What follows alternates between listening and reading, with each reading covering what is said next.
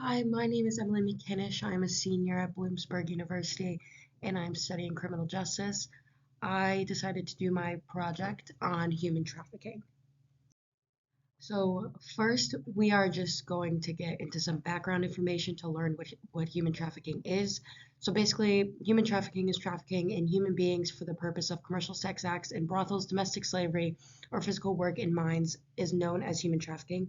Victims of human trafficking utilize force to commit these crimes, and they are purchased or recruited into forced labor.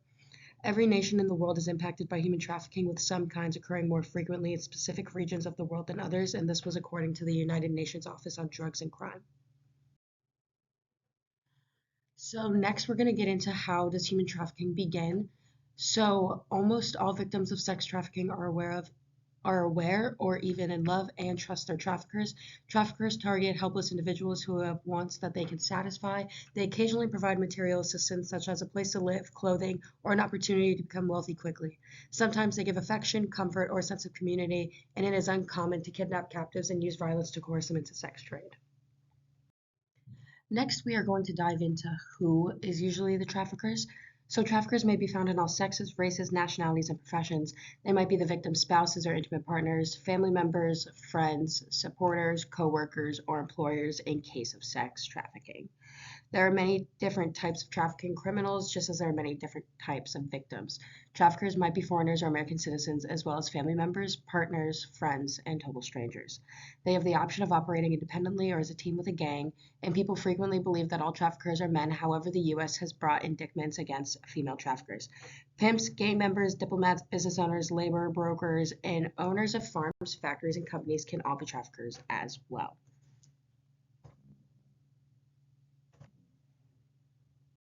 Next, we are going to talk about who are the victims. So, although anybody can be a victim of sex trafficking, certain individuals are far more susceptible than others due to their larger needs. These people include those who are homeless or insecurely housed, as well as those who have experienced trauma or addiction in the past. People of color, immigrants, and the LGBTQ plus individuals are more likely to be targeted for trafficking because of ongoing and historical prejudice and inequality. Statistically, men is 21% and boys are 7%, and they share a decent chunk of human trafficking, including the majority of those trafficked in male dominant professions such as agriculture, manufacturing, and construction. Next, we're going to expand this a little more and loop it back to globalization and how this is affected around the world. So, according to the ILO, there were 24.9 million victims of human trafficking worldwide. The kinds of exploitation that are often recognized as human trafficking in the United States and other countries are referred to in the study as forced labor. The 24.9 million statistic accounts for both state and privately mandated forced labor exploitation, as well as sex trafficking or commercial sexual exploitation. Human trafficking exists in every country, and the cases are not isolated incidents. There's over 200,000 human trafficking related crimes that occur in the United States each year. $150 billion is annually generated by forced labor worldwide. 0.04% of human trafficking cases are reported to proper authorities. 24.9 million people are trapped in forced labor conditions worldwide at any given time, and 34% of human trafficking cases involve children around the world. Pakistan, Indonesia, China, and Bangladesh are in the top 10 for countries with the largest number of trafficking victims around the world. India is at the top of the list with 14 million victims. China is at second with 3.2 million, and Pakistan is third with 2.1 million.